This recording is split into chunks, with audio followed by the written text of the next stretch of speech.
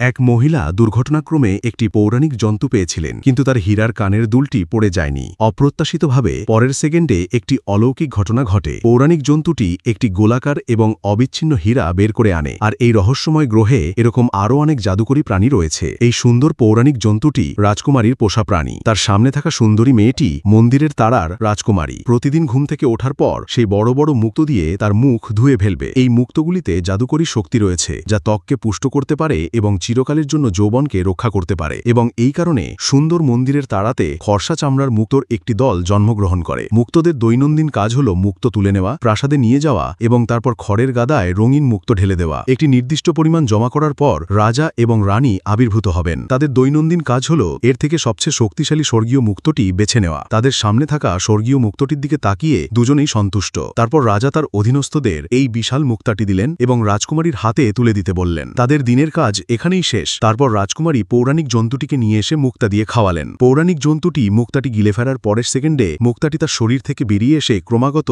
শক্তির পুকুরে পড়ে গেল। শক্তির উৎপাদক গ্রহের সমস্ত অংশে সঞ্চারিত হয় এবং মন্দির নক্ষত্রের ভূমি উর্বর হয়ে ওঠে। মুক্তাপ্রিয় মানুষ অগণিত শতাব্দী ধরে মন্দির নক্ষত্রের ওপর এভাবেই বসবাস করে আসছে। কিন্তু এই দিনে রাজকুমারী ওপরের দিকে তাকিয়ে দেখলেন বায়ুমণ্ডলের মধ্য দিয়ে অসংখ্য আগুনের গোলা ভেঙে পড়ছে।